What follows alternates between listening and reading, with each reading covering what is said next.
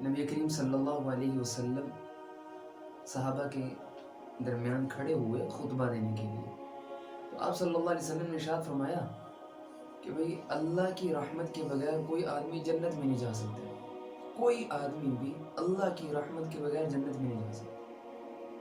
تو ایک صحابی کھڑے ہوئے, انہوں نے عرض کیا یا رسول اللہ وانت ایضا, یا رسول اللہ کیا آپ بھی اللہ کی رحمت کے بغیر جنت میں نہیں جا سکتے ہیں؟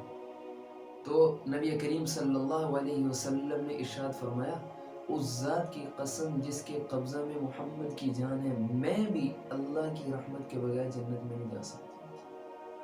کل الاشیاء برحمت اللہ, اس کائنات میں ہر چیز موجود ہے تو اللہ کی رحمت میں ہے, وگرنہ تو ہم تو مستحق ہیں کہ ہمارے اوپر پتھر برسائے جائیں, آ گئے جیسے ہمارے اعمال ہیں. نبی کریم صلی اللہ علیہ وسلم نے ارشاد فرمایا اللہ تعالیٰ کی رحمت کے 100 حصے ہیں, 100, ان میں سے اللہ نے صرف ایک حصہ اس دنیا میں اتارا ہے, صرف ایک حصہ. اس ایک حصے کی برکت ہے کہ ماں اپنے بچوں پر رحم کرتی ہے, باپ اپنی اولاد کے ساتھ شفیق ہے. اس ایک رحمت کی برکت ہے کہ جانور اپنے بچے پر پاؤں نہیں آنے دیتے, یہ صرف اس ایک رحمت کی وجہ سے.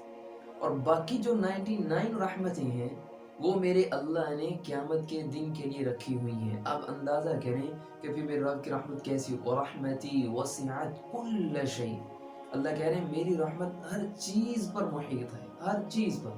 حضرت عبداللہ ابن مسعود رضی اللہ تعالیٰ عنہ فرمایا کرتے تھے کہ قیامت کے دن اللہ کی رحمت اتنی برسے گی, پہلے تو سختی ہوگی, اس کے بعد ایسی رحمت آئے گی کہ شیطان پہلے جکڑا ہوا ہوگا, نیچے منہ کر کے بیٹھا ہوا ہوگا. جب اللہ کی رحمت کے فیصلے سن رہے ہیں نا, بھائی فلاں بندے کو بھی جنت میں, بھائی فلاں بندے کو بھی جنت میں داخل کر, بھائی فلاں کو بھی جنت میں داخل کر دو, وہ بھی سر اٹھائے گا امید سے کہ شاید آج میری بھی مغفرت ہو جائے گی. تو جب رب کی اتنی رحمتیں ہوں اور ہم توبہ نہ کریں, استغفار نہ کریں. امام مسلم رحمہ اللہ نے روایت نقل کیا, حدیث قدسی ہے, نبی کریم صلی اللہ علیہ وسلم نے ارشاد فرمایا, اللہ تعالیٰ فرماتے ہیں یا عبادی انکم تخطئون باللیل والنہار وانی اغفر الذنوب جمیعا فاستغفرونی اغفر لکم. او میرے بندو تم رات اور دن میری نافرمانی میں گزارتے ہو, گناہ کرتے ہو, اور تمہارا کام گناہ کرنا ہے, اور میں تمہیں معاف کرنے کے لیے بیٹھا ہوں, سارے گناہوں کو معاف کرتا ہوں. تم مجھ سے مغفرت, توبہ کرو, مجھ سے مغفرت مانگو, میں تم سب کے گناہوں کو معاف کروں گا. ایک واقعہ یاد آ گیا, حضرت یحییٰ بن اقسم رحمہ اللہ, ان کا انتقال ہوا, بہت بڑے محدث ہیں, حدیث کے بہت بڑے امام بھی ہیں. ان کا انتقال ہوا, ان کے دوست تھے یا شاگرد تھے احمد بن سہیل, انہوں نے ان کو خواب میں دیکھا تو پوچھنے لگے کہ آپ کے ساتھ اللہ نے کیا معاملہ کیا. تو کہنے لگے کہ اللہ تعالیٰ نے مجھے اپنے سامنے کھڑا کیا, فرمایا یا عجوز سیئ, او بورے اور گناہگار بوڑھے. تو جب اللہ نے اس لہجے میں مجھ سے بات کی تو میں نے عرض کیا یا اللہ ما بهذا حدثت عنک, میں نے تو اپنی پوری زندگی حدیث میں گزار دی, لیکن میں نے کبھی ایسی حدیث آپ کے بارے میں تو سنا ہی نہیں کہ آپ اتنے سخت ہیں. تو اللہ نے پوچھا کہ بھئی اذن ماذا حدثت عنی, اب تو نے پھر میرے بارے میں کون سی حدیث سنائی ہے اور کون سی حدیث سنی ہے. تو یحییٰ بن اقسم رحمۃ اللہ علیہ فرمانے لگے حدثنی عبد الرزاق عن معمر عن زهري عن عروة عن عائشة عن النبي صلى الله عليه وسلم عن جبرائيل أنك قلت ما من مسلم يشيب في الإسلام وأنا أريد أن أعذب أنا أستحي أن أعذب. کہ اللہ مجھے میرے استاد عبد الرزاق نے, ان کو معمر نے, ان کو زہری نے, ان کو حضرت عروہ نے, ان کو حضرت عائشہ نے, ان کو آپ کے نبی نے, اور ان کو جبرائیل نے, اور جبرائیل کو آپ نے فرمایا ہے کہ کوئی آدمی جب اسلام کی حالت میں بوڑھا ہو جاتا ہے, اسلام کی حالت میں اس کے بال سفید ہو گئے, بوڑھا ہو گیا, 50 سال سے اوپر اس کی عمر ہو گئی, اور میرا ارادہ ہوتا ہے کہ میں اس کو عذاب دوں, تو مجھے حیا آتی ہے کہ ایسے بندے کو میں عذاب دوں. میں نے تو آپ کے بارے میں یہ سنا ہے اور آپ مجھ سے اس انداز سے بات کر رہے ہیں. تو اللہ تعالیٰ نے فرمایا چلو ٹھیک ہے, وَأُمِرْتُ بِذَاتِ الْيَمِينِ, اللہ نے مجھے حکم دیا بھائی چلو ٹھیک ہے, اللہ نے تمہیں معاف کیا, جاؤ تم جنت میں چلے جاؤ, میرے ساتھ یہ میرے رب کی رحمت ہے. اور حضرت عمر رضی اللہ تعالیٰ عنہ ایک دن نبی کریم صلی اللہ علیہ وسلم کے پاس تشریف لائے تو فرما رہے ہیں وجدتہ باکیا، میں نے اپنے نبی کو دیکھا کہ وہ رو رہے ہیں، تو میں نے عرض کیا یا رسول اللہ ما یبکیک، کون سی چیز آپ کو رلا رہی ہے؟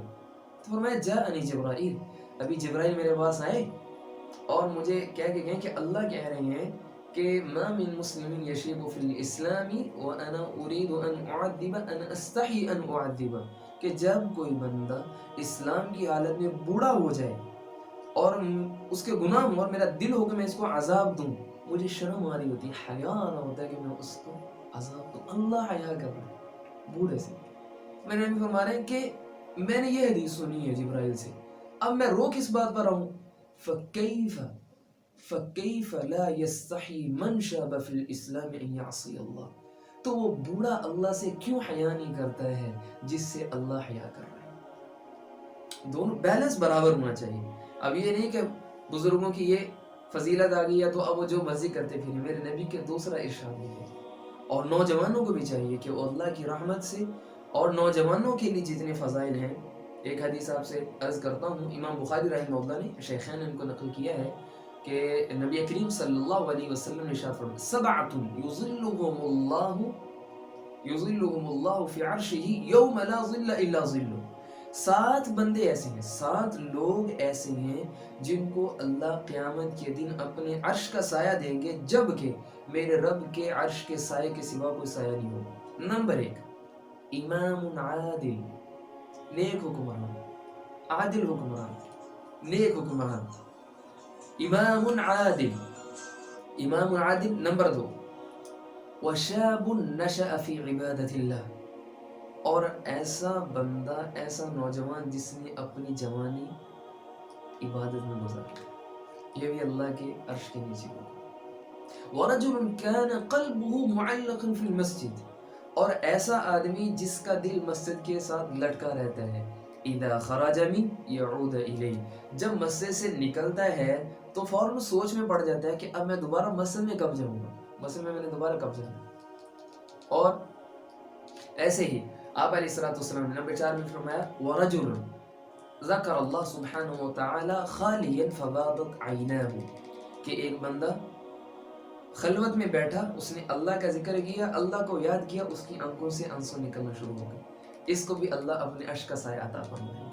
اور بھی لمبی حدیث ہے، تو بات کرنے کا مقصد کہ بزرگوں کے لیے بھی فضائل، نوجوانوں کے لیے بھی فضائل، لیکن ہمارے لیے کیا ہے کہ جو رب اتنا ہمارا اکرام کر رہا ہو، اتنی ہمیں عزت دے رہا ہو، اب ہم اس رب کی نہ مانیں، اس رب سے صلح نہ کریں۔ ایک حدیث میں آتا ہے کہ آپ علیہ الصلوۃ والسلام نے ارشاد فرمایا اللہ تعالیٰ روزانہ صبح کے وقت اپنا ہاتھ پھیلاتے ہیں مخلوق میں، اور کیا اعلان کرتے ہیں، بھائی جس بندے نے رات میری نافرمانی کی تھی نا، آ جاؤ میرے ہاتھ پہ صلح کر لو، میرے ہاتھ پہ بیعت کر لو، میرے ہاتھ پہ توبہ کر لو۔ روزانہ کتنے ہم بد نصیب ہیں۔ اور روزانہ شام کے وقت بھی اللہ تعالیٰ پھر ہاتھ پھیلاتے ہیں اور اعلان کرتے ہیں کہ بھائی جس بندے نے دن کے وقت میں برا کام کیا، برائی کی، گانا سنا، کچھ بھی کیا ہے، آ جاؤ میرے ہاتھ پہ سچی توبہ کر لو، میں تمہیں معاف کر دوں گا۔ میرے رب کی رحمت، سبحان اللہ۔ یہ کرامن کاتبین، جو ہمارے اعمال لکھنے والے، ان کو کرامن کاتبین کہتے ہیں۔ حدیث میں آتا ہے کہ یہ فرشتہ جو ہے نا، اس فرشتے پر امین ہوتا ہے، امین جی ایم، یہ افسر ہے، یہ اس کا متحد کام کرنے والا۔ مطلب کیا ہے؟ مطلب یہ ہے کہ جب کوئی بندہ نیک کام کرتا ہے تو یہ فوراً حرکت میں آتا ہے، نیک کام کرنا ہے نہیں، صرف ابھی نیک کام کا ارادہ کیا ہے، نیت کی ہے، تو اسی پر یہ 1 نیکی لکھ دیتا ہے، اور جب وہ کام کر لیتا ہے تو اس پر اس کو 10 نیکیاں عطا کی جاتی ہیں۔ اور جب اس بندے سے کوئی خطا ہو جاتی ہے، کوئی گناہ ہو جاتا ہے، تو یہ جی ایم صاحب کہتے ہیں بھائی ابھی گناہ نہیں لکھنا ہے، ابھی نہیں لکھنا ہے، انتظار کرو، 4-5 گھنٹے تک انتظار کرو، اگر توبہ کرے، اگر واپس آ جائے تو ٹھیک ہے، جب 5-4 گھنٹے بھی واپس نہیں آ رہا ہے تو پھر یہ کہتا ہے کہ اب اس کا گناہ نہیں کرو، اور اس پر نہیں ختم، پھر میرا اللہ کہہ رہا ہے کہ اگر یہ پھر بعد میں نیکی کر لے تو میں اس کا یہ گناہ جو ہے نا، اس کو مٹا کے اس کو نیکی میں کنورٹ کر دوں۔ اب ایسا رب ہو اور ہم اس کی نہ مانیں تو میرے رب کا پھر یہ کہنا تو بنتا ہے نا، وَمَا قَدَرُ اللَّهَ حَقَّ قَدْرِهِ، او میرے بندو تم نے میری قدر نہیں کی۔ مجھے پہچانا نہیں ہے۔ اب میرے رب کا یہ گلا تو بنتا ہے نا، یا ایھا الانسان ما غرک بربک الکریم، اے انسان تجھے تمہارے کریم رب کے بارے میں کس چیز نے دھوکے میں ڈال دیا۔ اللہ کے توبہ توبہ، اور توبۃ النصوح کیا ہے؟ یا ایھا الذین آمنوا توبوا الی اللہ توبۃ نصوحا، سچی توبہ۔ سچی توبہ کا مطلب کیا ہے؟ حضرت معاذ بن جبل رضی اللہ تعالی عنہ وارضہ، انہوں نے رسول اللہ صلی اللہ علیہ وسلم سے عرض کیا، یا رسول اللہ توبۃ النصوح کیا ہے؟ سچی توبہ۔ اللہ کہہ رہے ہیں کہ سچی توبہ کرو۔ سچی توبہ سے کیا مراد ہے؟ آپ نے فرمایا کہ تم توبہ کرو دل سے، نادم ہو، پریشان ہو، شرمندہ ہو، اور دوبارہ وہ گناہ نہ کرنے کا پختہ عزم ہو، اسے کہتے ہیں توبۃ النصوح۔ اور ہماری توبہ کیسی ہوتی ہے؟ زبان سے استغفر اللہ چل رہی ہوتی ہے، اور دل میں ہوتا ہے کہ میں نے دوبارہ وہ گناہ کرنا چاہتی۔ حضرت رابعہ بصریہ رحمۃ اللہ علیہ وہ فرمایا کرتی تھی کہ ہمارا استغفار پتہ کیسے ہوتا ہے؟ ہماری توبہ، ہماری جو توبہ ہوتی ہے اس توبہ پر بھی توبہ کرنے کی ضرورت ہے۔ یعنی جس انداز سے ہم استغفار کر رہے ہوتے ہیں نا، ہمارے استغفار پر بھی استغفار کرنے کی ضرورت ہے۔ مطلب ہم کیسے استغفار کر رہے ہوتے ہیں کہ بھائی زبان سے استغفار اور دل میں کیا عزم ہوتا ہے؟ بھائی دوبارہ وہ گناہ کرنا ہے، یہ تو ہم اللہ سے مذاق کر رہے ہیں، تو مذاق پر بھی توبہ کی ضرورت ہے۔ یہ ہمارا، اور جو بندہ سچے دل سے آتا ہے پھر اللہ کیسے سینے سے لگاتے ہیں، پھر اللہ اس کے لیے کیسے دروازے کھولتے ہیں۔ بنی اسرائیل کے اندر بارش نہیں ہو رہی، حضرت موسیٰ علیہ السلام کے پاس قوم والے آئے، آ کے عرض کرنے لگے کہ موسیٰ بارش نہیں ہو رہی، اللہ تعالیٰ سے دعا کر دیں۔ تو حضرت موسیٰ علیہ السلام سارے بستی والوں کو لیا، اپنی قوم کو لیا، سارے جانور بچوں کو لیا، سب کو لے کے ایک خالی میدان کے اندر آ گئے، دھوپ، جسے آج کل ہم نماز استسقاء کہہ دیتے ہیں، استسقاء کی نماز پڑھنا بارش کے لیے۔ اب وہ آ گئے تو حضرت موسیٰ علیہ السلام نے اللہ سے دعا مانگنا شروع کر دی، قوم والوں نے دعا مانگنا شروع کر دی کہ اللہ میں بارش تھا۔ ادھر یہ نبی دعا مانگ رہے ہیں موسیٰ اپنی قوم کے ساتھ، وہ سورج اور زیادہ آگ برسانا شروع ہو گیا، اور زیادہ تیز ہو گیا۔ حضرت موسیٰ نے عرض کیا یا اللہ یہ کیا؟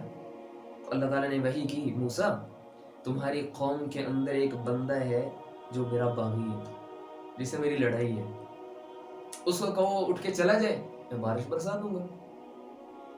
اب حضرت موسیٰ علیہ السلام نے اعلان کیا، حضرات ایک ضروری اعلان سنیں، بھائی بارش ہمیں ملے گی لیکن اس مجمع کے اندر ایک بندہ بیٹھا ہوا ہے جو اللہ کا نافرمان ہے، گناہ گار ہے، اللہ کہتے ہیں وہ اٹھ کے چلا جائے پھر میں بارش ہوں۔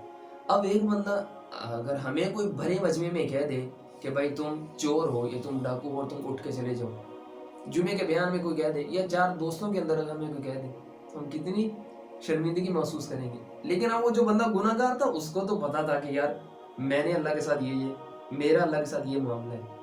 اب اس بندے نے کیا کیا، اس نے اپنی ٹانگوں میں سر دیا اور اوپر چادر لی اور توبہ کرنی شروع کی، رونا شروع کر دیا، اللہ سے باتیں کر رہے، یا اللہ